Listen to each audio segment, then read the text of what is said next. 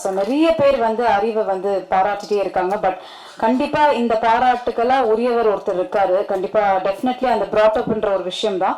So இந்த நேரத்தில் I would like to call professor Kalainesan, அறிவோட அப்பா அவர்களை அன்போடு மேடைக்கு அழைக்கிறோம். அனைவருக்கும் என்னுடைய வணக்கத்தினை தெரிவித்துக் கொள்கிறேன். இது என்ன பேசுறதுன்னு தெரியல, ஆனாலும் எல்லோருக்கும் நன்றி சொல்ல கடமைப்பட்டிருக்கிறேன். இந்த படத்தை பார்த்த உடனே என்னுடைய அப்பா தான் நினைவுக்கு வந்தார். நாங்கள்லாம் படிக்கின்றதுக்காக எங்கள் அப்பா அவர் வேலை செஞ்ச நாயுடு வீட்டு மாட்டை காலையில் இந்த மாட்டை கொண்டு போயிட்டு அதை கழுவி அதை சுத்தம் செய்து ஏர் ஓட்ட போவாங்க. ஏர் முடித்து பிறகு அதை கட்டிட்டு அதை அடுத்த வேலையை நாள் முழுக்க செய்வாங்க. நேரங்காலெல்லாம் கிடையாது. அப்படி இந்த கடுமையாக அந்த உழைப்பை அலட்சியமாக பார்த்த அந்த உழைப்பை, அது மாட்டை பிடிச்சிட்டு போகிற அந்த அடித்தள மக்கள் செய்கிற சாதாரண வேலையை இவ்வளவு உயர்வான மேடையில் வைத்திருப்பது உண்மையிலே எனக்கு மிக்க மகிழ்ச்சியாக இருக்கிறது. நான் அறிவு மகன் என்ற முறையில் அல்ல, நான் அறிவினுடைய பாடல்களுக்கு நான் ஒரு ரசிகன். ஏன்னா அறிவு ஒவ்வொரு பாடல்களையும் வரிகளையும் நான் நேசிப்பேன். ஏன்னா அது எல்லாமே நாங்கள் வாழ்ந்த வாழ்க்கையை ஒவ்வொரு நாள் சொல்லிக்கிட்டே இருக்கோம். எதையுமே தவிர்க்க முடியாது. எல்லாமே அந்த வாழ்க்கையை அப்படியே பதிவு செய்த அந்த வரிகள் என்பதில் எனக்கு மிக நெருக்கம் உண்டு. ஆகையினால தான் அவன் எவ்வளவு போனாலும் அதை நாங்கள் பாராட்டிருக்கிறோம்.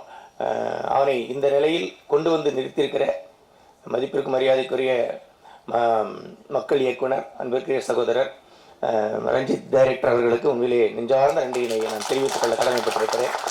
அவன் பிஇ முடிச்சுட்டு எம்பிஏ முடிச்சுட்டு சங்கர் ஐஏஎஸ் அகாடமியில் கொண்டு வந்து சேர்த்தோம். 2 ஆண்டுகள் ஐஏஎஸ் அகாடமியில் பயிற்சி பெற்றார். இன்னும் ஒரு 6 மாதத்தில் ஐஏஎஸ் எக்ஸாம் எழுதி அவன் ஒரு நல்ல வேலைக்கு போயிடுவான் என்ற நம்பிக்கையோடு அவனை அண்ணா நகரில் இருக்கிற சங்கர் ஐஏஎஸ் அகாடமியில் சேர்த்தோம். ஆனால் அது நிறைவேறுவதற்குள்ளாலே இப்படிப்பட்ட ஒரு வாய்ப்பு வந்தது. அந்த வரிகள் மிக சிறப்பாக இருந்தது. எங்கள் மனைவிக்கு ரொம்ப கெட்டியாக இது இல்லை அந்த பாதையிலிருந்து மாறக்கூடாது என்பதில் கெட்டியாக தான் இருந்தாங்க. எனக்கு சமூகத்தின் வரிகளாக இருக்குது, நல்ல வரியாக தான் இருக்குது. படிச்சுட்டு மட்டும் வந்து என்ன செய்ய போகிறோம், மீண்டும் சமூகத்துக்கு தானே செய்யணும், பரவாயில்ல நல்லா தான் இருக்குது செய்யட்டுன்னு ஒரு பக்கம் இருந்தாலும் நாங்கள் இருவருமே நான் நினைச்சது அவன் ஒரு அதிகாரியாக போகணும் அப்படின்னு தான் நினைச்சிருந்தோம். உண்மையிலே இப்படி வராமல் அந்த எக்ஸாம்லாம் எழுதியிருந்தாங்கன்னா நல்ல ஒரு அதிகாரியாக போயிருப்பான் என்ற நம்பிக்கை எங்களுக்கு உண்டு. ஆனாலும் இன்றைக்கு அதிகாரிகளாக இருந்து கொண்டு பெரிய அளவில் சமூகத்திற்கு இதை பேச முடியாது, செய்துவிட முடியாது என்ற பல அனுபவங்களை நாம் பார்த்துருக்கிறோம்.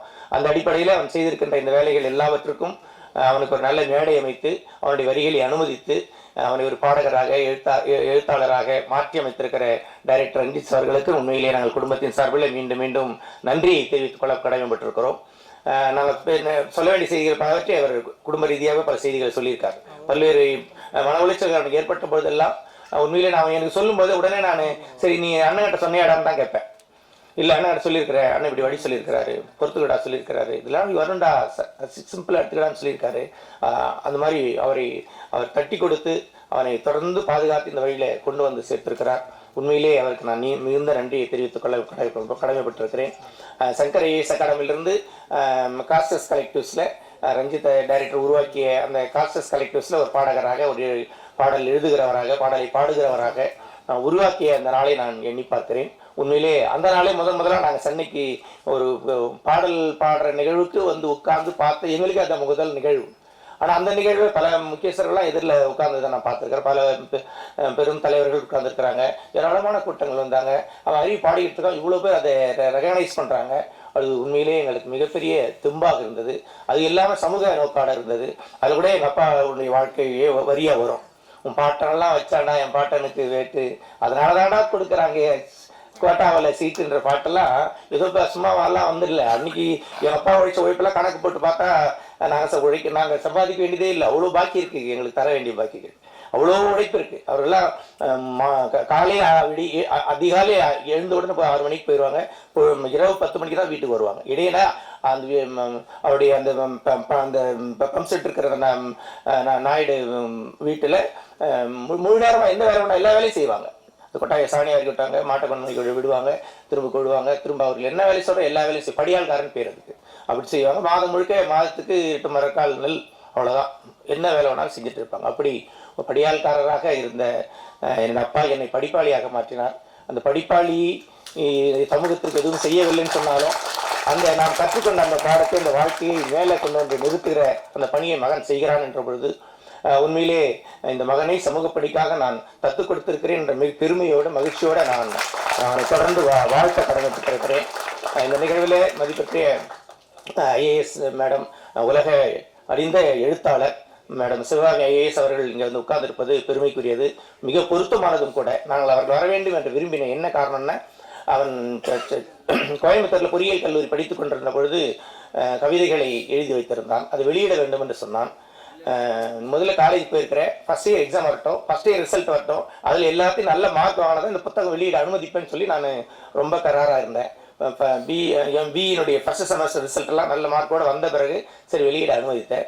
அதுலேயும் குறிப்பாகவும் சொன்னது, இல்லை எனக்கு வர ஜூலை 18 வந்து 18 வயசு வந்துடுது, நான் 18 வயசு வர்றதுக்குள்ளால கட்டாயம் வெளியிட்டணும்னு சொன்னான். அதனால் அடுத்த நாள் 18ஆம் தேதி, இப்போ 18வது வயது தொட போகிறான், 17வது வயது கடைசி நாள், அந்த ஆகஸ்ட் 17ஆம் தேதி அவனுடைய 17வது வயதில் அந்த 17வது வயதில் 17ஆம் தேதி அந்த அவன் ஒரு கவிதை புத்தகம் வெளியிட்டிருந்தான். அந்த கவிதை புத்தகத்தை உருவாக்கி அந்த கவிதை புத்தகத்துக்கு பேர் குனிந்து வரவேற்கும் குடிசைகள். நான் தான் குடிசையில் வாழ்ந்தேன், அவன் குடிசையில் வாழல. ஆனால் அவன் என்னுடைய வாழ்க்கையை அப்படியே அப்சர்வ் பண்ணியிருக்கிறான். அவன் குழந்தையாக இருக்கணும், அந்த குடிசை வீட்டு கூட்டிட்டு போயிருக்கிறோம், குனிஞ்சு போவாங்க, எங்கள் கொள்ளையெல்லாம் போய் சுற்றி பார்ப்பாங்க, தெருக்களில் விளையாடுவாங்க, பிள்ளையெல்லாம் பார்த்துருக்குறாங்க, சொந்தக்காரெல்லாம் போய் பார்ப்பாங்க, ஊருக்கு போயிட்டு வந்து பிள்ளைங்க எல்லா உறவுக்காரரும் இயல்பாக பேசுவாங்க. அந்த பேசுகிறதே உணவுகளுக்கு அவனுக்கு ஒரு நல்ல ஒரு ஸ்டடி தந்தது நான் நம்புகிறேன். அந்த வகையில் அப்படி அந்த குனிந்து வரவேற்கும் குடிசைகள் என்ற தலைப்பில் கவிதை நூலை வெளியிட்டான். இந்த கவிதைகள்லாம் அவன் +2 படிக்கும்போது +1 படிக்கும்போதெல்லாம் பல அப்பப்போ கவிதை எழுதிட்டு ஸ்கூலில் உதவ வாங்கியிருக்கிறான், ஸ்கூலில் துரத்திருக்கிறாங்க. இந்த பையன் படிக்கிறது லாய்க்கில்லாம் சொல்லி அவனை வான் பண்ணியிருக்கிறாங்க. ஏன்னா அவன் அரக்கோணத்தில் இருக்கிற அவன் படித்த ஸ்கூலில் அது ஒரு எல்லாருமே விரும்புகிற ஒரு ஸ்கூல். விரும்புகிறேன்னா 100க்கு 100 மார்க் வாங்குற ஸ்கூல். மார்க்கில் மட்டும்தான் கவனம் செலுத்துவாங்க. தேர்வு, மதிப்பெண், ஃபர்ஸ்ட் மார்க், இது மட்டும்தான் அந்த பள்ளியோட நோக்கம். எல்லா பெற்றோரும் உழுந்தடிச்சு நல்லா சேர்ப்பாங்க. நாங்களும் 2 பேரும் ஆசிரியர்ன்றதுனால நாங்களும் அதில் விரும்பி சேர்த்தோம். ஆனால் இவனுடைய மனநிலை அப்படி முழுமையாக கல்வியில் மாட்டம் இல்லாமல் இப்படி சமூக சிந்தனையோடு ஓடிக்கொண்டிருப்பதை என்னால் புரிந்து கொள்ள முடியல. அந்த பள்ளியிலையும் ஒரே முறை இது மாதிரி இலக்கிய கூட்டம் போட்டுட்டு மாணவர்கள் பேச சொல்லியிருக்காங்க, இவனையும் பேச வச்சிருக்காங்க. இவன் சுயமா அவங்க ஆசிரியர்கள், அவங்க பள்ளி வளாகம் இதெல்லாம் பார்த்து, கணக்கு வாத்தியார் பார்த்து, சயின்ஸ் வாத்தியார் பார்த்து, அவர்கள் எல்லாரும் போற்றி தான் பாராட்டி அருமையாக ஒரு கவிதை எழுதி மேடையில் வாசித்துட்டான். அதுதான் அவனுக்கு மிகப்பெரிய தண்டனையை வாங்கி தந்தது. இந்த பையன் உருப்பட மாட்டான், இதுக்கப்புறம் அந்த பையன் பரீட்சையில் 100க்கு 100 மார்க் வாங்குற பையன் இல்லை, இவன் பின்னால் போயிட்டான்னு சொல்லி ரொம்ப வான் பண்ணாங்க. ஆனாலும் அழுதியும் சொல்லுவாங்களே, அப்படி ஒரு அழுதியோடு அந்த பள்ளியை விட்டு வெளியே வந்தான். வந்த பிறகு அந்த கவிதையை சேர்த்து வச்சுக்கிட்டே கோயம்புத்தூர் ஹாஸ்டல் இருக்கும்போது எல்லாம் கூட சேர்த்து வச்சுக்கிட்டு புத்தகமாக்கணும்னு சொன்னான். உண்மையிலேயே அந்த புத்தகம் அவனுக்கு வெளியிட்டோம். இதை நான் விளவரமாக சொல்லுவதற்கு என்ன காரணம்னா, அன்னைக்கு மேடம் சிவகாமி ஐஏஎஸ் அவர்கள் வேலைவாய்ப்புத்துறை கமிஷனராக இருக்கும் பொழுது அந்த புத்தகத்தை அவர்கள் வந்து வெளியிட்டு அவனை வாழ்த்தினார்கள். ஏன் இன்னைக்கு இப்போ 17 வயசுல அவனுடைய எழுதின புத்தகத்தை பக்கம் படிச்சுட்டு உலகம் முழுக்க இவனுடைய எழுத்துக்கள் போகணும்னு அன்னைக்கு மேடம் சொன்னாங்க. இன்றைக்கு உலகம் முழுக்கும் போன பிறகு அவன் வந்து மேடம் வாழ்த்த வேண்டும் என்பதுதான் என்னுடைய விருப்பம். அந்த வகையில் மேடம் எவ்வளோ பிஸினாலும் ரொம்ப நாள் நேற்று சாயந்தரம் தான் மேடத்தை தொடர்பு கொண்டு பேசி உடனடியாக அவர்களுக்கு பங்கேற்றது எனக்கு உண்மையிலேயே ரொம்ப மகிழ்ச்சியாக இருக்குது. ஏன்னா அந்த காலத்திலேருந்து பார்த்துருக்குறாங்க, அந்த வரிகளை அன்றைக்கி வாழ்த்தினார்கள். உலகம் முழுக்கும் சிறப்படைய வேண்டும் என்றவர்கள் சொன்ன அந்த வார்த்தை அவனை எப்படி பாதுகாத்திருக்கிறது என்று நான் நம்புகிறேன். அந்த வகையில் அவனுடைய வளர்ச்சியில் பங்கேற்றிருக்கிற உங்கள் யாவருக்கும் கூட என்னுடைய வாழ்த்துதலை தெரிவித்துக் கொள்கிறேன். மிக சிறப்பாக வந்திருக்கிற அவனுக்கு அண்ணன் என்னுடைய மூத்த மகன் யுவான் அவர்கள் வந்திருப்பது, அந்தோணிதாஸ் பாடகர் அவர்கள் வந்திருப்பது, இந்த இசை தொடர்கள் வந்திருப்பது, எல்லாருக்கும் என்னுடைய பாராட்டுகள். அன்பிற்குரிய மகள் கல்பனாவை நான் அதிகமாகவே பாராட்டி ஆக வேண்டும்.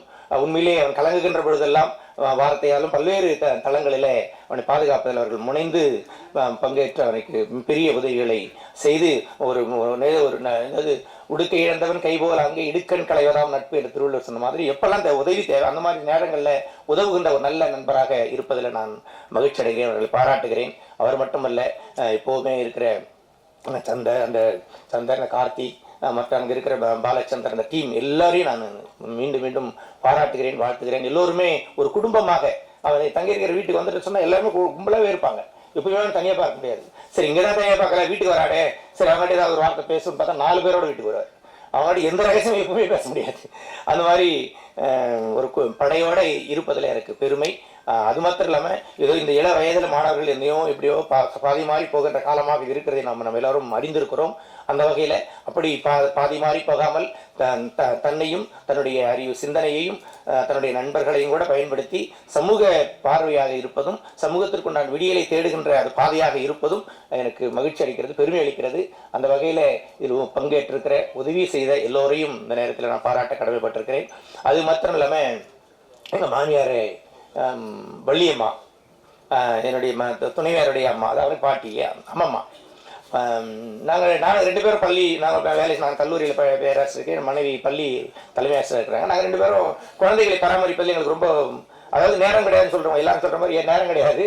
ஆனாலும் அந்த பொறுப்பெல்லாம் எங்கள் மாமியார் தான் எடுத்துக்கிட்டாங்க. அதனால் என்னுடைய மகனையும் மகளையும் அவர்கள் பொறுப்பேற்றுக் கொண்டார்கள். அன்பாக அவர்கள் தான் வளர்த்தெடுத்தார்கள். எனவே பெற்றோர்களை விட என்னை அதிகமாக தூக்கி வளர்த்தெடுத்த பாட்டியை மறந்துவிடக்கூடாது என்ற நன்றி உணர்வோட அவர்களை தூக்கி நிறுத்தியிருப்பது உண்மையிலேயே பெருமையாக இருக்கிறது. அது மிக சிறந்த நன்றி உணர்வு என்று நான் நம்புகிறேன். என்னுடைய கடமையும் கூட அதில் சேர்ந்து அடங்கியிருப்பதாக நான் உணர்கிறேன். அந்த வகையில் பங்கேற்ற என்னுடைய அப்பா வந்திருக்கிறார். அவர்கள் எல்லாம் கடுமையாக உழைப்பை செலுத்தியவர்கள். தான் பட்ட கஷ்டம் பிள்ளைகள் படக்கூடாது என்று சொல்லிட்டு வழக்கமாக சொல்லுவாங்கல்ல, அது நேரடியாக ஆளாக்கியதில் பெற்றோர்கள் அப்படி அர்ப்பணிப்பாக இந்த வேலையை செய்திருக்கிறார்கள். அவர்கள் உருவாக்கியிருக்கிறார்கள், நன்றி சொல்லுகிறேன். குறிப்பாக என்னுடைய தம்பி வந்திருக்கிறார், ஆளர் வந்திருக்கிறார், தம்பி மனைவி செய்யா வந்திருக்கிறாங்க. அவர்கள் எல்லாம் எல்லாமே நான் குடும்பமாக, தனித்தனி குடும்பமாக இல்லாமல் எல்லாரும் குடும்பமாக ஒரே சிந்தனையாக பிறருக்கு உதவுவதும் சமூக பணி ஆற்றுவதும் தான் என்னுடைய குடும்ப நெறியாக நாங்கள் வாழ்ந்து வரும். அதனால் நாங்கள் மகிழ்ச்சியாக இருக்கிறோம். என்னுடைய தங்கை வந்திருக்கு, லைலா வந்திருக்கிறது. ஒரு பாட்டில் எங்கள் தங்கி கூட வச்சு ஆட வச்சுருக்கிறான். அதெல்லாம் அப்படியே ஒரு பதிவு இருக்குது இல்லை, அது ஒரு நன்மை தான் என்றைக்காக இருந்தாலும். அது மாதிரி என்னுடைய மகள் டாக்டர் கனிமொழி வந்திருக்கு. என்னுடைய மருமகன் வந்திருக்காரு, டாக்டர் சிவராஜ் 2 பேரும் வந்திருக்கிறாங்க. உண்மையிலே அவர்கள் எல்லோரும் அவனுடைய பாடல்களை உற்சாகப்படுத்துவர்களாக, மேலும் வரிகளை மேம்படுத்துவதற்கு உதவுகின்றவர்களாக தொடர்ந்து இருப்பது மிகப்பெரிய மகிழ்ச்சி. உண்மையிலே ஒரு குடும்பம், நாங்கள் வெட்டையத்த பண ஆசை பற்றி மற்ற இதை பற்றிலாம் நாங்கள் கவலைப்படுறதில்லை. அப்பப்போ இருக்குது, அப்பப்போ எதாவது செலவாயிடுச்சா பரவாயில்ல, சேர்த்து வைக்கிற விஷயம்லாம் எங்களுக்கு எப்பவுமே கிடையாது. அதனால் இப்படி நண்பர்களோடு இருப்பதும் பிறருக்கு உதவி செய்கின்ற அந்த அந்த செயல்பாடு உண்மையிலே மகிழ்ச்சி அளிக்கிறது, தொடர்ந்து செயல்பட வைக்கிறது. இன்னும் கூட நிறைய செய்ய வேண்டியிருக்கிறது. நான் அரக்கோணத்தில் அடிக்கடி அம்பேத்கர் பிறந்தநாள் விழாவில் மாலை நேரத்தில் பாண்டிச்சேரியிலேருந்து தலித் சுப்பையா அவர்களை கூட்டு வந்து கலை நிகழ்ச்சி நடத்துவோம். தலித் சுப்பையா அவர்கள் ஒரு இசை போர் நடத்துவார். அவருடைய பாடல்களுக்கு அவர் இசை போர் என்று சொல்லுவார் தலித் சுப்பையா. அந்த தலித் சுப்பையா, நான் வந்து அந்த பகுதியில் இருக்கிற ஒரு எம்ப்ளாயின்றதுனால நாங்கள் எல்லாம் சேர்ந்து அந்த நிகழ்ச்சி நடத்துவோம். நான் ஒரு ஆர்கனைசர்ன்றதுனால பையன் வீட்டில் இருக்கிற சும்மா கையில் அவனுக்கு கூட்டுவோம், வாழ போகலான்னு கூட்டுவோம், அவ்வளோதான். நான் நிகழ்ச்சியில் ரொம்ப பிஸியாக இருப்பேன், நடத்திக்கிட்டு இருப்போம். அவன் எதிரில் உட்காந்துருப்பான், அவ்வளோதான். அவனை உட்கார வச்சுட்டு நான் வேலையை செஞ்சுட்டு இருப்போம். அப்படி தலித் சுப்பையாவின் பாடலை தூரம் இருந்து வேடிக்கை பார்த்தான் என்பது எனக்கு தெரியும். ஆனால் அது இவ்வளவு உள்வாங்கி இருக்கிறார் என்பதெல்லாம் அவனுடைய படைப்புகள் வந்த பிறகுதான் நான் உணர்கிறேன். அப்படி பிள்ளைகளை இந்த மாதிரி வேலைகள்லாம் கூட்டு போகும்போது பிள்ளைகள் நாம் கற்றுக் கொடுக்காமல் இயல்பாக சமூகத்தை கற்றுக்கொள்கிறார்கள். மணிமேகலை வந்திருக்காங்கன்னு நினைக்கிறேன். அந்த மணிமேகலையும் தலித் சுப்பையாவுடைய பாடல்கள் எப்பவுமே அந்த மேடைகளில் அவர்கள் பாடும்பொழுது எதிரில் உட்கார்ந்து கேட்டுக்கிட்டு இருப்பான். கடைசியாக இவன் புத்தக வெளியீட்டுக்கு முன்னால் தலித் சுப்பையா அவர்கள் ஒரு புத்தகத்தை கொண்டு வந்து இதை அந்த தம்பிக்கு கொடுக்கணும்னு சொன்னார். அவன் என் மகன் தெரியாது அவருக்கு. ஏன்னா அந்த போய் ஏதோ கூப்பிட்டு ஒரு பாட வச்சாங்க, பாடலாம். அந்த பையனுக்கு கொடுக்கணும்னு சொன்னார். அப்படிங்களையா, அது மகிழ்ச்சிங்கன்னு சொல்லி நாங்கள் ஆர்கனைசர்ன்ற முறையில் சரிங்க ஐயா வாங்க கொடுங்கன்னு சொல்லி அவர் அது வாழ்த்து எழுதி கொடுத்தாரு. கொடுக்கும்போது தான் சொன்னேன் பையன் தான் யான். அப்படியே யார் ரொம்ப சந்தோஷப்பட்டார். அப்படி தலித் சுப்பையா அவர்கள் பாடலை நேரில் கேட்டிருக்கிறான், அந்த கருத்துக்களை உள்வாங்கியிருக்கிறான். அவருடைய எளிமை அவனுக்கு ரொம்ப பிடிக்கும், எங்களுக்கெல்லாம் அவருடைய எளிமை பிடிக்கும். நாங்கள் 2000 ரூபா வேணாம் அது பஸ்ஸாக்கு இது போதும், அதான் போதும் வேணான்னு போயிட்டே இருப்பார். அது மாதிரி ஒரு எளிமையான கலைஞர், ஆனால் கருத்தாழ மிக்கவர். மிக எளிமையாக எல்லாவற்றையும் சாடுவார், குறைகளை சாடுவார், சரியான செய்திகளை முன்வைப்பார். அதே மாதிரி பாடிக்கிட்டே நடந்துக்கிட்டே அப்படி எல்லாரும் கவனிக்கிற மாதிரி அந்த நிகழ்வு இருக்கும் அவருடைய பாடல்கள். அந்த மாதிரி அதே நிகழ்வுகளை கடந்த ஆண்டு தலித் சுப்பையா அவர்கள் இப்பொழுது இல்லை. ஆனாலும் கடந்த ஆண்டு ஏப்ரல் 13 இந்த நிகழ்வு நடக்கும்போது எல்லாரும் சொன்னாங்க அறிவு வந்து பாடணும்னு சொன்னாங்க. அறிவு வந்து பாடி அதை செய்தி பண்ணி அதை தலித் சுப்பையா ஸ்டைலியே எல்லா பாடல்களையும் பாடி அவருடைய பாடல்களை பாடியது மட்டுமல்லாமல் அவருடைய நடை தலித் சுப்பையா இல்லை என்ற குறையே இல்லை, அறிவு தீர்த்துட்டான் என்று சொன்னாங்க. அது உண்மையிலேயே எங்களுக்கு ரொம்ப பெருமையாக இருந்தது. அந்த அளவுக்கு அது எங்களுக்கு பயனளித்தது என்று நான் நம்புகிறேன். அந்த வகையில் பல்வேறு இலக்கிய கூட்டங்கள் எது கூட்டங்கள் நடந்தாலும் எல்லாத்தையும் அழைச்சிட்டு போவோம். மேடம் சிவகாமி ஐஏஎஸ் அவர்கள் அதிகாரத்தில் இருக்கும்போதும் கூட, இப்போ உங்களுக்கு அதிகாரம் உண்டு, அரசு பணியில் இருக்கும்போதும் கூட பல்வேறு சமூக பணிகளை செய்யும் போதெல்லாம் எல்லா கிராமங்களுக்கெல்லாம் போகும்போதெல்லாம் நான் போவேன், என் மனைவி வருவாங்க, பிள்ளைகள் எவ்வளோ வாய்ப்பாக வருவாங்க. நம்ம போயிட்டு பிறகு தேன்மொழி பேச நாங்கள் சொல்லுவோம், அவங்க தேன்மொழி மைக்கு வச்சு பேசுவாங்க, பிள்ளைகள் எல்லோரும் வருவாங்க. அதனால அப்படி அவர்களோட இணைந்ததுனால சமூக பணியை தொடர்ந்து செய்வதற்கு அதில் இன்னும் பிசகாமல் நிலைத்து நிற்பதற்கு சிவகாமி மேடம் அவருடைய சமூக பணியின் வழிகாட்டுதல் எங்கள் குடும்பத்திற்கு மிகப்பெரிய பிரயோஜனமாக வழிகாட்டுதலாக இருக்கிறது. அவரோடு இணைந்து நிகழ்வில் பங்கேற்ற இருக்கிற மணிமேகலை வந்திருக்காங்க, பாக்கியலட்சுமி வந்திருக்காங்க, துளசி பாக்கியலட்சுமி வந்திருக்காங்க, நிர்மலா மேடம் வந்திருக்காங்க. அவங்க எல்லாரும் கூட இந்த நேரத்தில் நான் நன்றி சொல்ல கடமைப்பட்டிருக்கிறேன். என்னுடைய துணைவியார் அவர்கள் பேசணும்னா இன்னும் ரொம்ப நேரம் பேசுகிறேன், அவ்வளோ நேரம் காத்திருக்க முடியாது நம்ம எல்லாம். அதனால் அவங்க சார்பாக நான் பேசுகிறத கருதுகிறேன். அவர்களுக்கு அவன் பாட்டு ரொம்ப பிடிக்கும், ஆனாலும் இந்த பையன் ஆஃபீஸர் ஆகலையே என்ற குறை இருக்கும். பாட்டு ரொம்ப அவனை வந்து வாழ்த்துவாங்க, அதுக்கப்புறமும் இவன் இப்படி போயிடுறானேன்னு நினைப்பாங்க. ஆனாலும் சமூக அந்த வார்த்தைகள் நல்ல வார்த்தைகளாக இருப்பதனால தான் எங்களுக்கு இருக்கிறது. அது சமூகத்திற்கு பயன்படட்டும், சமூகம் மேம்பட இணைந்து எல்லோரும் பாராட்டுகள். ஏராளமான இளைஞர்கள் இந்த சிந்தனையிலேயே கூடி நிற்பது என்பதே பெரிய விஷயம். அந்த வகையிலே இந்த கூடி நிற்கிற அனைத்து சமூக சிந்தனை உள்ள இளைஞர்கள் யாவருக்கும் கூட இந்த நேரத்தில் பாராட்டுதலை வாழ்த்துதலை தெரிவித்துக் கொள்கிறேன். அனைவருக்கும் நன்றி. Thank you sir, thank you. ஸோ சொன்ன மாதிரி தான் எல்லா ஸ்ட்ரகிளுக்கு பின்னாடி கண்டிப்பாக ஒரு வெற்றி இருக்கும், அது ஆத்மார்த்தமான ஒரு சந்தோஷத்தை கொடுக்கும். ஸோ அப்படிப்பட்ட ஒரு வெற்றி தான் இன்னைக்கு பர்த்டே. அதுவும் ஐ திங்க் அவங்க கம்ப்ளீட் ஃபேமிலிக்கு அவர் கிஃப்ட் கொடுத்துருக்காரு அப்படின்னு தான் சொல்லணும். So happy birthday brother, please share few words.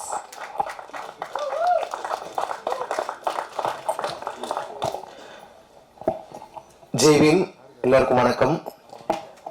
அப்பா நிறைய விஷயங்களை பேசினாரு. நான் இந்த இசைத்துறை மியூசிக்குள்ளே வந்த பிறகு நிறைய நேரம் என்னுடைய பெற்றோரோட நான் ஸ்பெண்ட் பண்ணதில்லை. அதனால் இன்னைக்கு அப்பா என்னை பற்றி என்ன நினைக்கிறாரு அப்படிங்கிறத நான் இன்னைக்கு உங்கள் எல்லாரும் முன்பாகவும் தெரிஞ்சுக்கிட்டேன். அதனால் அப்பா ரொம்ப நன்றி.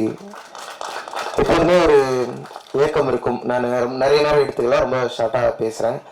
முதல்ல இந்த நிகழ்வுக்கு என்னுடைய அழைப்பை ஏற்று வந்திருக்கும் மேடையில் இருக்கக்கூடிய எனது அன்புக்கினிய இயக்குனர் அண்ணன் பா ரஞ்சித் அவர்களுக்கு மனமார்ந்த நன்றி தெரிவித்துக் கொள்கின்றேன். மதிப்பு மரியாதைக்குரிய ஆட்சி பணி அம்மா சிவகாமி ஐஏஎஸ் அவர்களுக்கு என்னுடைய மனமார்ந்த நன்றியை தெரிவித்துக் கொள்கின்றேன். என்னுடைய அழைப்பை ஏற்று தன்னுடைய பிஸியான நேரங்களிலும் எனக்காக வந்திருந்த இயக்குனர் அண்ணன் இசையமைப்பாளர் இமான் அவர்களுக்கு என்னுடைய நன்றியை தெரிவித்துக் கொள்கிறேன். நான் 11வது 12வது படிக்கும்போது கேசட்டில் வரக்கூடிய பாடல்கள், டிவி கிடையாது, டிவி பார்க்க விட மாட்டாங்க வீட்டில். அப்போ நான் கேட்ட ஒரு குரல் வந்து அந்தோனிதாசன் அண்ணனுடைய குரல். அந்த குரல் எனக்குள்ள அப்பவே பாஞ்சிருச்சு ஒரு 15 வயசுல. நான் அந்த நம்பிக்கையில தான் நேற்று அவருக்கு ஃபோன் பண்ணேன். நான் உங்க குரலை கேட்டுட்டு நான் ஒரு பாடல் நானும் நினச்சிருக்கேன், அதனால நீங்கள் வரணும் அப்படின்னு சொல்லி உரிமையாக கேட்டேன். எனக்காக வந்து அண்ணன் அந்தோனிதாசன் அவர்களுக்கு நன்றி தெரிவித்துக் கொள்கின்றேன். மற்றும் என்னுடைய டீம் நான் தொடர்ந்து இவங்களை சொல்கிறேன்.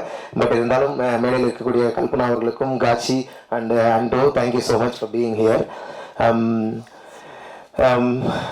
வள்ளியம்மா பேராண்டி இந்த ஆல்பம் வந்து ஒரு 12 பாடல்கள் கொண்ட ஆல்பமாக பண்ணணும். முதல்ல எனக்கு இந்த இண்டிபெண்டன்ட் மியூசிக்குள்ளே வரணும் அப்படிங்கிற தாட் ப்ராசஸ் அதெல்லாம் வந்து நான் முதல்ல ரேப் மியூசிக்கே கேட்டது கிடையாது, சினிமாவும் பார்த்தது கிடையாது. நான் பார்த்தது எல்லாமே எங்கள் ஊருக்கு வந்து ஒவ்வொரு ஆண்டும் ஏப்ரல் 14 அன்றும் டிசம்பர் 6 அன்றும் கம்பீரமாக மேடையில் நின்று பாடக்கூடிய தலித் சுப்பையா அவர்களுடைய இசைக்குழுவும் அப்புறம் மணிமேகலை அக்கா, இப்படி நிறைய மக்கள் இசை கலைஞர்களை தான் நான் பார்த்து வளர்ந்துருக்கிறேன். அவர்கள் பாடும்பொழுது அந்த உணர்வு அப்படியே, இப்போ நம்ம வந்து பாபா சாஹிப்போட ஒரு புத்தகம் படிக்கணும்னா நம்ம அதுக்கு ஒரு தலித் சுப்பையா பாட்டை கேட்டுடலாம், ரெண்டும் ஒன்று தான் அப்படிங்கிற அளவுக்கு அவ்வளோ எளிமையாக இசையை எனக்குள்ள கடத்திடுவாங்க.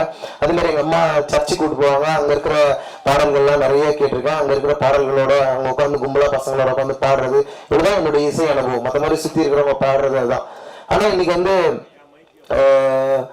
ஒரு இண்டிபெண்டன்ட் மியூசிக் ஸ்பேஸ்குள்ள நான் இருக்கிறேன்னா கண்டிப்பா அதுக்கு மிக முக்கியமான காரணம் வந்து தி கேஷ்லெஸ் கலெக்டிவ்ங்கிற மூவ்மெண்ட். கேஷ்லெஸ் கலெக்டிவ்ங்கிற மூவ்மெண்ட் இல்லைன்னா நான் வந்து இப்படியான இடத்துக்கு வந்து இருக்க முடியாது. அந்த மூவ்மெண்ட்ல வந்து நான் அந்த தாட் ப்ராசஸ்க்கு வந்து உண்மையிலே ரஞ்சித் அண்ணன் அவர்களுக்கு மனமார்ந்த நன்றி சொல்ல கடமைப்பட்டிருக்கேன். ஏன்னா அது எனக்கு மட்டுமானது இல்லை, அது வந்து ஒரு தேவையான பிளாட்ஃபார்ம்னு நினைக்கிறேன். எப்போதுமே வந்து விளிம்பு நிலை மக்களுடைய குரலையும் விளிம்பு நிலை மக்களுடைய வாழ்க்கையும் பண்பாட்டையும் இசை வடிவங்கள் எப்போதும் அப்ராப்ரியேட் பண்ணியே பழகி இருந்தது. ஆனா அது தாண்டி இல்ல நாங்களா வந்து பேசுவோம், நாங்களா கோட் ஷூட் போட்டு தைரியமா ஸ்டைலா கெட்டா வந்து நிற்போங்கிறத உலகத்துக்கு நிரூபித்து காட்டியது வந்து கேஷ்லெஸ் கலெக்டிவ். அந்த கேஷ்லெஸ் கலெக்டிவ்ல நான் மேடை ஏறினதான் எனக்கு அதுக்கு முன்னாடி எனக்கு விருப்பம் இருந்தது. நான் உதயநாத் சந்திக்கும் போது சொன்னது என்னன்னா, ஆனால் எனக்கு நிறைய சமூக விழிப்புணர்வு பாடல்கள் பாடணும், அம்பேத்கர் பாட்டு பாடணும், இதுதான் என்னுடைய விருப்பம் அப்படின்னு சொன்னேன். அந்த வார்த்தை தான் அவரை வந்து எனக்கு கேஷ்லெஸ் கலெக்டில் இணைக்க வச்சதுன்னு நினைக்கிறேன். இப்போ அந்த ஜேர்னி தொடங்கி என்ஜாய் எல்லாம் தாண்டி இன்னைக்கு வள்ளியம்மா பேராண்டி இன்னும் ஆல்பத்துக்கு பேர் வச்சது வள்ளியம்மாளுடைய ஹிஸ்டரி வந்து ரொம்ப முக்கியமானதுன்னு நினைக்கிறேன். 1823 இங்க இருந்து லட்சக்கணக்கான மக்களை பிரிட்டிஷ் வந்து தேயிலை தோட்டங்கள்ல இலங்கையில வேலை செய்வதற்காக அழைத்து போனார்கள். அந்த மக்களை விடுதலைக்கு பிறகு அங்கேயே விட்டுட்டு போயிட்டாங்க. அதுல பாதி மக்களை அங்கிருந்து இலங்கை அரசாங்கம் திருப்பி இந்தியாவுக்கு அனுப்பியது 1970கள் 80கள்ல. அப்படி குடும்பங்கள் இரண்டாக பிரிக்கப்பட்டன, அதாவது கட்டாயமாக பிரிக்கப்பட்டன குடும்பங்கள். அப்படி பிரிக்கப்பட்டு வேறு இழந்து ஊர் இழந்து இந்த ஊருக்கு வந்து மீண்டும் உழைப்பாலும் கல்வியாலும் நேர்மையாலும் முளைத்தெழுந்த ஒரு மகத்தான ஒரு குடும்ப தலைவி தான் வள்ளியம்மாள். ஏன் நான் இதை சொல்றேன்னா, எனக்கு என்ன பெருமை இருக்கு, எனக்கு என்ன அடையாளம் இருக்கு நான் எப்பவுமே யோசிப்பேன். ஒருத்தனை கேட்டா அவன் ஜாதி அவனுக்கு பெருமைன்னு சொல்லுவான், ஒருத்தனை கேட்டா அவன்கிட்ட இருக்கிற காசு அவனுக்கு இருக்கிற பெருமைன்னு சொல்லுவான். ஒவ்வொருத்தருக்கும் ஒவ்வொரு பெருமைகள் இருக்கும். அப்ப நான் யோசிச்சு பார்ப்பேன் எனக்கு என்ன பெருமை இருக்குது அப்படின்னு சொல்லிட்டு. எங்க அப்பா ஒரு கல்லூரி ப்ரொஃபசர், அது எங்க அம்மா வந்து ஒரு ஸ்கூல் டீச்சர்னா அது அவங்க செய்யற அவங்களுடைய உழைப்பில் அவங்க அடைஞ்சிருக்கிற உயரம். ஆனா எங்களுடைய வரலாற்றை வந்து அப்படியே நசுக்கிய போது மீண்டும் அதை முளைத்தெழுவதற்காக உழைத்திருக்கிற எங்களுடைய உழைப்பு இருக்குல்ல, அந்த உழைப்பு தான் எங்களுடைய அடையாளம் அப்படின்னு சொல்லி நான் புரிஞ்சுக்கிட்டேன். நான் எங்க தாத்தா வந்து காலில் செருப்பு போட்டு தெருவில் நடக்க முடியாது. இன்றைக்கு நாங்கள் வந்து விமானத்தில் ஏறி பறக்கிறோம், கார்களில் போகிறோம்னா இது வந்து சாதாரண ஒரு மாற்றம் கிடையாதுன்னு நான் நினைக்கிறேன். இதுல வந்து பாபா சாஹேப் அம்பேத்கரில் தொடங்கி இன்றைக்கு எங்க இயக்குனர் தாரஞ்சித் வரைக்கும் எங்க கான்ட்ரிபியூஷன் இருந்துகிட்டே இருக்கு. இவ்வளவு பேருடைய ஒரு உழைப்பினால் மட்டும்தான் இன்னைக்கு வந்து ஒரு மியூசிக் ஈகோ சிஸ்டம்ல நானும் ஒரு ஆர்டிஸ்டா நிக்கிறேன் அப்படிங்கறத நான் உறுதியா நம்புறேன். எனக்கு வந்து பிறந்தநாள் கொண்டாடுறதுல உண்மையிலேயே இந்த வருஷம் எனக்கு மகிழ்ச்சியே இல்லை. ஏனென்றால் நாம் எப்போது கொல்லப்படுவோம்னே தெரியாத ஒரு வன்முறையான ஒரு சமுதாயத்தில் வாழ்ந்து கொண்டிருக்கிறோம். அப்படிதான் நான் இதை பாக்குறேன். நான் வந்து ஒரு ஒரு ஒரு தலித்தா வந்து வாழ்க்கையின் கொண்டாட்டங்களை கூட கொண்டாட முடியல நம்மளால. நமக்கு வந்து என்ன தினந்தோறும் நீ சாவு செய்தியை கேட்டுனே இருக்க, தினந்தோறும் உன் சார்ந்த உன் நிலத்தில் இருக்கிற நீ சாப்பிட்ற உணவை சாப்பிடுற உன்ன மாதிரி இருக்கிற யாரோ ஒருத்தர் செத்துக்கிட்டே இருக்காருன்னா நீ எப்படி பர்த்டே கொண்டாடுவ, நீ எப்படி வந்து உனக்கு ஒரு பாட்டு வெளியிட்ட கொண்டாடுவ, உன் மனது எப்படி இருக்கும்? அந்த மனநிலை ரொம்ப ரொம்ப ஆபத்தானது. இந்த சமூகம், சாதிய சமூகம் மீண்டும் மீண்டும் வந்து நம்மள அப்படியான ஒரு இறுக்கத்திலே வச்சிருக்குன்னு நினைக்கிறேன். அந்த இறுக்கம் தான் என்னை போட்டு உறுத்திக்கிட்டே இருக்கும். ஆம்பனுடைய மறைவு வந்து என்னை உண்மையாவே என்னால இது வரைக்கும் ஏத்துக்கவே முடியல. ஏனென்றால் தலித் சமூகத்துல இத்தனை இளைஞர்களை வந்து ஒவ்வொரு வாரமும் ஒவ்வொரு நாளும் நம்ம கேள்விப்பட்டே இருக்கோம். கொலை செய்கிறார்கள், சாதியான படுகொலை செய்கிறார்கள், எதிர்க்க உட்கார்ந்துட்டா நின்றுட்டா நடந்துட்டா படிச்சுட்டா எல்லாமே பிரச்சனையா இருக்கும்போது மியூசிக் எல்லாம் எங்கேயோ இருக்கு. ஆக்சுவலி தெருவில் நடக்கிறது, எதிர்க்க முன்னாடி நடந்து போறது, இப்படியான பேசிக் விஷயங்கள்லயே நம்மளை வந்து அரெஸ்ட் பண்ணி வச்சுட்டு இந்த இசை, இந்த ஆட்டம் பாட்டம் கொண்டாட்டம் இது எல்லாத்தையுமே வந்து மேட்டுக்குடிகள் தங்களான் தான் ஆக்கி கொண்டதனுடைய விளைவாதான் இன்னைக்கு வந்து நான் எத்தனையோ முன்னோர்களுடைய கனவு இது. ஒரு தலித் சுப்பையா வந்து ஒரு பாப் மார்லியா ஐயாவா மாறி இருக்கலாம், ஒரு பாவலர் முகில் வந்து ஒரு மைக்கேல் ஜாக்சனா மாறி இருக்கலாம். ஏன்னா இந்த சாதிய சமூகம் தான் இந்த மண்ணின் கலைஞர்களை மீண்டும் மீண்டும் அடியிலே வச்சிருக்கு. ஆனா அவர்களுடைய வாழ்க்கையில தான் அழகு இருக்கு, அவர்களுடைய வாழ்க்கையில தான் கொண்டாட்டம் இருக்கு. யார் இந்த மண்ணில் வேர்வை சிந்தி உழைக்கிறார்களோ அவர்களுக்கு தான் அந்த செடியை பத்தி தெரியும், அந்த நாட்டை பத்தி தெரியும், அதை பத்தி பாட்டு எழுத முடியும். ஆனா அந்த கலை வடிவங்களை எப்படி அவர்கள் நிலங்களை பிடுங்கிட்டாங்களோ அதே மாதிரி அவர்களுடைய கலைகளையும் பிடுங்கி கொண்டார்கள். இப்படியான ஒரு சூழல்ல தான் நாம் இருந்து இருக்கிறோம். அதனால எனக்கு அடையாளமா இருக்கக்கூடிய வள்ளியம்மாளுடைய வரலாற்றை பாதுகாக்கணும் அப்படின்னு எனக்கு தோணுச்சு. அதை வந்து எங்க பாட்டி பள்ளிக்கூடம் போல, ஆனா நான் வந்து காலேஜுக்கு போயிருக்கிறேன், பல நாடுகளுக்கு போயிருக்கிறேன், விமானங்கள்ல போறேன்னா இது எல்லாமே அவர்கள் செய்த அந்த உழைப்பின் வேர்களின் தியாகங்களை தான். அதுக்காக தான் நான் நன்றி செலுத்த வேண்டும்னா இந்த ஆல்பமுக்கு வந்து வள்ளியம்மா பேராண்டி அப்படின்னு பேர் வச்சேன். கண்டிப்பா வந்து இது எல்லாருக்கும் ஒரு உணர்த்துதலை கொடுக்கும் அப்படின்ற ஒரு பெரிய நம்பிக்கை எனக்கு இருக்கு. இந்த ஆல்பம் வந்து ஒரு 2 வருஷம் கிட்டத்தட்ட எடுத்தேன் இந்த ஆல்பம் பண்ணி முடிக்கிறதுக்கு. குவாசி மோட் அப்படின்னு ஒரு மியூசிக் ப்ரொடியூசர், நான் என்னோட டீமை பத்தி ஷார்ட்டா சொல்லிடுறேன். குவாசி மோட் ஒரு மியூசிக் ப்ரொடியூசர், அவர் லண்டன்ல இருக்காரு. இந்த ஆல்பம்ல 8 பாடல்கள் எனக்காக அவர் பண்ணி கொடுத்துருக்காரு. ஒரு பலத்தை கைத்தட்டல் கொடுத்தீங்கன்னா அவங்களை வந்து உண்மையில அண்ட் ஆண்டோ பிராங்க்லின் இந்த 2 பாடல்கள் எனக்காக இந்த ஆல்பத்தில் அவர் பண்ணி கொடுத்துருக்காரு. அண்ட் காட்சி ஆப்பிரிக்கா வந்து நமக்காக இங்க இந்த நிகழ்வுக்காக வந்திருக்காரு. ஸோ இவங்க 2 பேரும் ஈச் 2, ஸோ டோட்டலி 12 சாங்ஸ் பண்ணியிருக்கிறோம். அண்ட் சாய் ஸ்ரவணன் சார் வந்து எனக்கு ஒரு பாட்டு நேற்று திடீர்னு ஒரு பாட்டு இஷ்யூ ஆயிடுச்சு, அதில் உடனடியாக ஒரு பாட்டு பண்ண வேண்டி இருந்தது. அதை பண்ணும்போது உடனடியாக எனக்கு மிக்ஸ் பண்ணி கொடுங்க சார்னு கேட்டேன். சாய் ஸ்ரவணன் சார் அவர் வந்து எனக்காக ஒரு பாடல் மிக்ஸ் பண்ணி கொடுத்தாரு. மீதி 11 பாடல்கள் டயர் டாம்சன் சொல்லி லண்டன்ல ஒரு கிராமி வின்னிங் இன்ஜினியர் அவர் மிக்ஸ் பண்ணி கொடுத்தாரு. ஸோ அவருக்கு என்னுடைய நன்றியை தெரிவிச்சுக்கிறேன். மற்றும் கல்பனா அம்பேத்கர் இந்த தொடாத மியூசிக் வீடியோ எடுத்து கொடுத்தாங்க. எனக்கு என்னன்னா கல்பனா வந்து இந்த பாட்டை சரியா புரிஞ்சுக்குவாங்க. கல்பனாவுக்கு எப்போதுமே இந்த சமூகத்தின் மீது ஒரு கோபமும் இருக்கு, ஒரு பேரன்பும் இருக்கு. அதை நான் பார்த்துட்டே இருப்பேன். சரி கண்டிப்பா இவங்க இதுக்கு ஹேண்டில் பண்ணிடுவாங்கன்ற ஒரு நம்பிக்கை வந்து எனக்கு வந்ததுனால நான் அவங்க கிட்ட கொடுத்தேன். கண்டிப்பா இந்த பாடல் வந்து எனக்கு ரொம்ப பிடிச்சிருக்கு, கண்டிப்பா அது மக்களுக்கும் பிடிக்கும் அப்படின்னு நான் நம்புறேன். இந்த ஆல்பம் நேற்று நைட்டே ரிலீஸ் ஆயிடுச்சு, நீங்க கேளுங்க. 12 பாடல்கள் கொண்ட வள்ளியம்மா பேரண்டிங்கிற இந்த ஆல்பம் எல்லா மாதிரியான மூட்ஸும் இதுல இருக்கும். ஒரு ஜாலியான பாட்டு, எமோஷனலானது, லவ் சாங் எல்லாம்.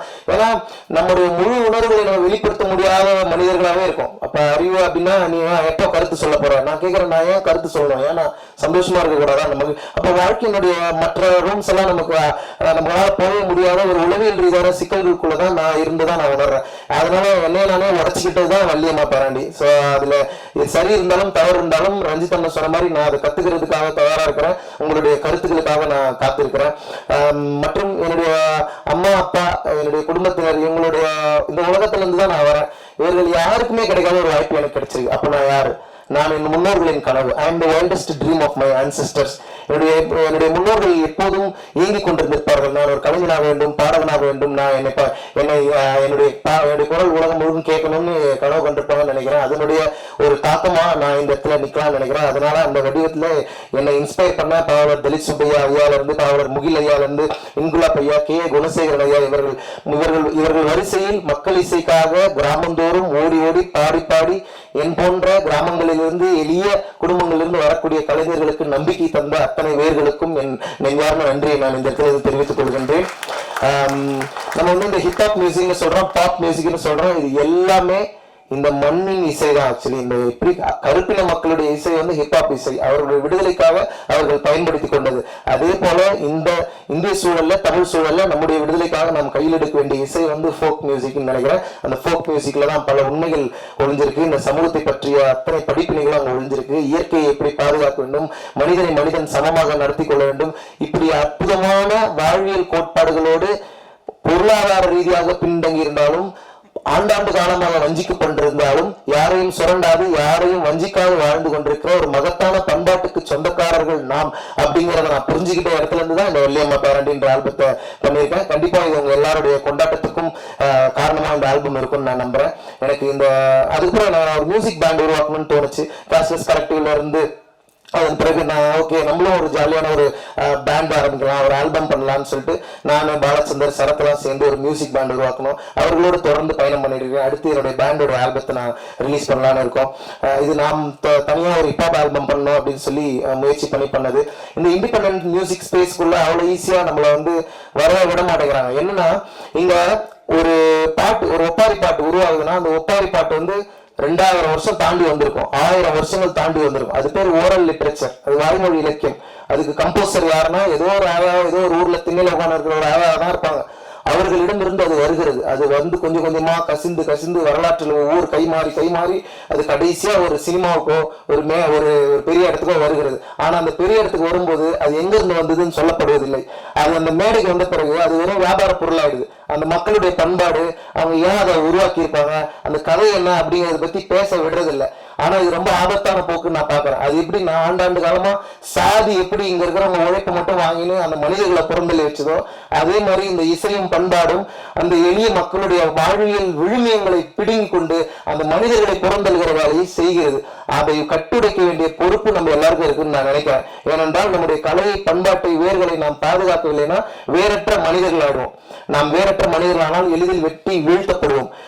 இது வந்து எனக்கே இந்த அனுபவம் இருந்தது. நான் என்ஜாய் பாட்டு பண்ணப்போ நான் பேசணும்னு நினைச்சதுதான் எனக்கு பிரச்சனையா மாறிச்சு. நான் பேசணும்னு நினைச்சது ஆமாம் எங்க ஆயா கிட்ட இருந்து நான் அதை வாங்கினேன். அப்போ சொன்னாங்க, உங்க ஆயாவை பத்தி பாட்டு பண்றதுக்கு தான் நான் வந்திருக்கேன். ஆமா, எங்க ஆயாவை பத்தி பாட்டு பண்ண தான் நான் வந்திருக்கேன். ஏன்னா எங்க ஆயாக்கள், எங்க தாத்தாக்கள் ஆண்டாண்டு காலமாக அடிமைகளாக இந்த மண்ணில் இருந்தவர்கள். அவர்களின் ரத்தத்திலும் வேரையிலும் முளைத்து விடுதலை பெற்ற பறவைகளாக நாங்கள் இன்றைக்கு கலைஞர்களாக மேடையில் ஏறி நிற்கிறோம். அதனால அதை பத்தி நான் பேசாம வேற எதை பத்தி நான் பேசுவது? நான் பேசுவதற்கு வேற என்ன இருக்கிறது? ஏன்னா நான் கற்றுக்கொள்ள தயாராக இருக்கிறேன். ஆனால் யாரையும் ஏமாற்றவோ சுரண்டவோ அதை நான் யோசிப்பேன். எவ்வளவு சுரண்டினாலும் எவ்வளவு ஒடுக்கப்பட்டாலும் நம்ம கிட்ட ஒரு அறம் இருந்துட்டே இருக்கு. அந்த அறத்தை எனக்கு கற்றுத்தந்தவர் வள்ளியம்மா பாட்டி, எங்க அம்மா, இவர்கள் எல்லோரும். எங்க பாட்டி வந்து ஒரு நாள் எங்க ஸ்கூல்ல வந்து ஒரு நாள் இப்படி சொல்லிட்டாங்க, உனக்கு படிப்பே வராது, அந்த ஜாதியில போறதாதான் படிப்பு வரும், உனக்கு வராது அப்படின்னு சொல்லிட்டாங்க. எனக்கு தாங்கவே முடியல. நான் பயங்கரமா அழுதுட்டேன். ஏன் அப்படி சொன்னாங்க, ஏன் என் கூட அந்த பையன்கிட்ட கேட்டேன், ஏன் இந்த ஜாதிக்கு வந்து படிப்பு வராதுன்னு சொன்னாங்க அப்படின்னு சொல்லி கேட்டேன். அவனும் ஒரு மாதிரி எமோஷனல். அம்மா எங்க அம்மா கிட்ட வந்து சொன்னேன், நான் ஒரு நாள் லஞ்ச் சாப்பிட்டா இருக்கேன் எங்க வீட்டுல. எங்க அம்மா வந்து ஸ்கூலுக்குள்ள வந்து அந்த கதவை திறந்து நேரம் உள்ள வந்து அந்த கரஸ்பாண்ட் என்ன, யாரை பார்த்து அப்படி சொன்னாங்க, யார் தெரியுமா அப்படின்னு சொல்லி பாட்டி எதிர்த்து கேள்வி கேட்டாங்க. சொன்னா, அப்பா வாத்தியாரியா, அம்மா டீச்சரியா, நான் எவ்வளவு கஷ்டப்பட்டு நாங்க படிக்க வைக்கிறோம், என் பிள்ளை எத்தனை வந்து எங்க குடும்பத்துல இருந்து ஒரே பிள்ளை எத்தனை வந்து இவ்வளவு தூரம் நாங்க படிக்க வைக்கிறோம், நீ யாரையா சொல்றதுக்குன்னு எங்க பாட்டு எதிர்த்து கேட்ட அந்த வீரம் இருக்கு இல்லையா, அந்த வீரம் வந்து எனக்கு வரணும்னு நான் திரும்ப வேண்டிக்கிறேன் ஆக்சுவலி. ஏன்னா அப்படியான ஒரு அழுத்தம் நிறைந்த ஒரு பயங்கர கெத்தான அந்த மொமெண்ட் என் கண்ணு முன்னாடி இருக்கு. அப்பப்போ நான் அதை யோசிச்சுப்பேன். அவர்கள் யாருக்கும் பயப்படாதவர்கள், யாரை கண்டும் எதை கண்டும் பயப்படாதவர்கள். அந்த பயமில்லாத ஒரு தன்மையை நானும் வளர்த்துக் கொள்ளவும் இன்னும் நிறைய பாடல்களை என்னோட நண்பர்களோட சேர்ந்து நான் பாடவும் விரும்புறேன். அண்ட் இந்த ஆல்பம்ல என் கூட கொலாபரேட் பண்ணியிருக்கிறேன் ரஷ்மித் கவுர் ஒரு ஆர்டிஸ்ட் கொலாபரேட் பண்ணியிருக்காங்க. அண்ட் பாலச்சந்தர், செல்லமுத்து இவர்கள் சில பாடல்களை என்னோட சேர்ந்து பாடியிருக்காங்க.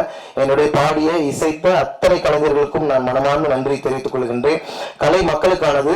நான் சின்ன வயசுல இருந்து அம்பேத்கரிய பாடல்களை கேட்டு வளர்ந்துருக்கேன்.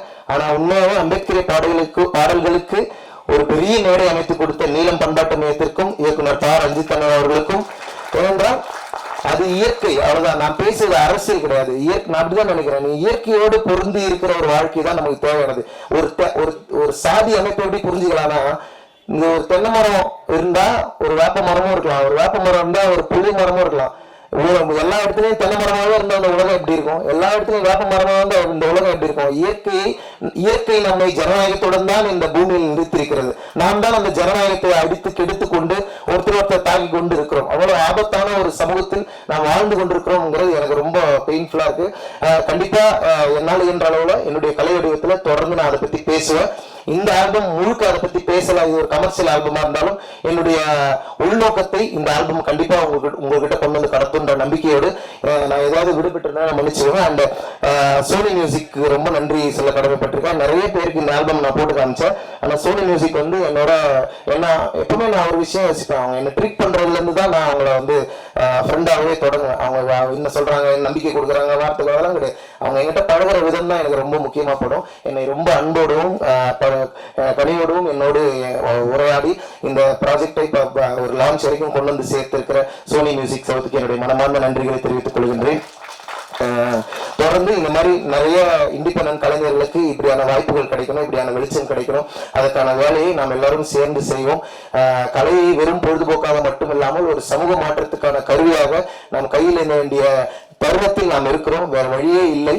ரொம்ப ஆபத்தான, ரொம்ப வன்முறை நிறைந்த ஒரு சமூகத்தில் நாம் இருக்கிறோம். அது ஏன்னா எனக்கு என்ன பயமா இருக்குன்னா, ஒருவேளை நாளைக்கு அந்த கொல்லப்படுகிற ஆள் நானாகவோ எனக்கு தெரிந்தவர்களாகவோ இருக்கலாமாங்கிற பயத்தோடவே உலக வேண்டியதா இருக்கு. அது என்ன புரிஞ்சுக்கிறவங்களுக்கு அது புரியும்னு நினைக்கிறேன். அப்படியான ஒரு நிலையிலிருந்து நாம் விடுபட வேண்டும். நாம் வந்து எந்த தவறும் செய்யாதவர்கள், இந்த ஒட்டுமொத்த உலகத்தையும் நேசிக்கக்கூடிய அந்த பேரன்பை கொண்ட மக்கள், அந்த அன்பை மீட்டெடுப்போம், அந்த மாண்பை மீட்டெடுப்போம் சொல்லி விடைபெறுகிறேன். ஜெய் பீம்.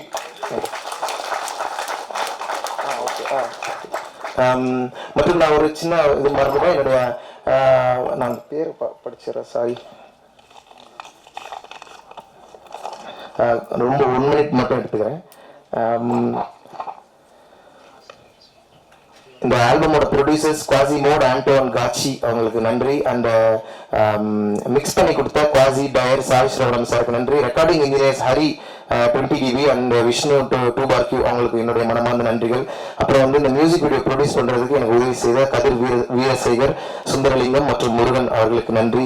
அண்ட் மியூசிக் வீடியோட டைரக்டர் கல்பனா, விக்கி, சந்தானகுமார், பிளாக் எல்லாருக்கும் என்னுடைய நன்றிகள்.